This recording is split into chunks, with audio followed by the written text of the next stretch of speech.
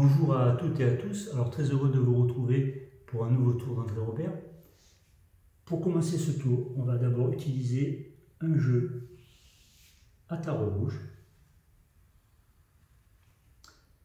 et bien entendu on va le mélanger. Voilà. Je vais maintenant m'adresser à un spectateur et je vais lui demander de sélectionner totalement au hasard une carte dans ce jeu. Alors pour cela, rien de plus simple, je vais poser les cartes une à une sur le tapis et il devra me dire stop lorsqu'il le souhaite. N'ayant pas de spectateur, c'est donc moi qui vais jouer ce rôle, donc je continue. Stop. Alors est-ce que je prends cette carte ou celle-ci? Celle-ci, très bien. Voilà, donc je mets sur le tapis la carte choisie par le spectateur et je la mets face en bas. De telle sorte que personne ne pourra connaître la valeur de cette carte durant tout le tour. Bien entendu, s'il m'avait dit stop sur cette carte, on aurait le roi de cœur. S'il m'avait dit stop sur cette carte, on aurait eu le 7 de carreau. Voilà, donc on laisse cette carte ici face en bas sur le tapis. Maintenant, dans un deuxième temps, on va utiliser le jeu à tarot bleu. Alors, ce qu'il faut savoir, c'est que ce jeu à tarot bleu est un jeu complet. Donc, il y a 52 cartes, plus les 2 jokers.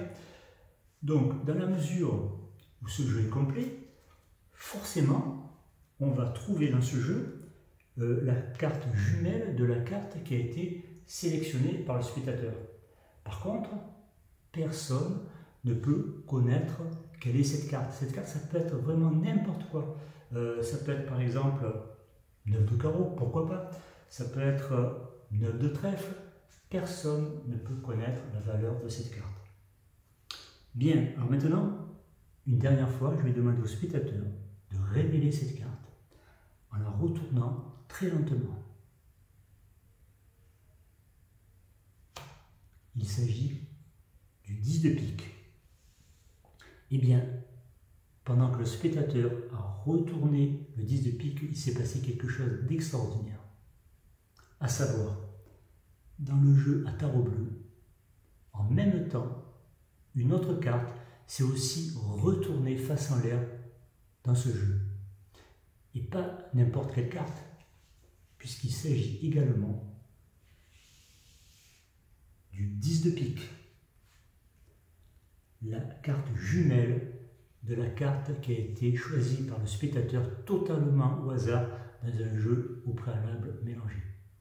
Voilà, je vous remercie. Par contre, avant de terminer cette vidéo, je voudrais vous dire que lorsque vous verrez la vidéo explicative d'André Robert, vous remarquerez que dans le tour, je n'ai pas utilisé la même technique que celle qui est proposée par André Robert.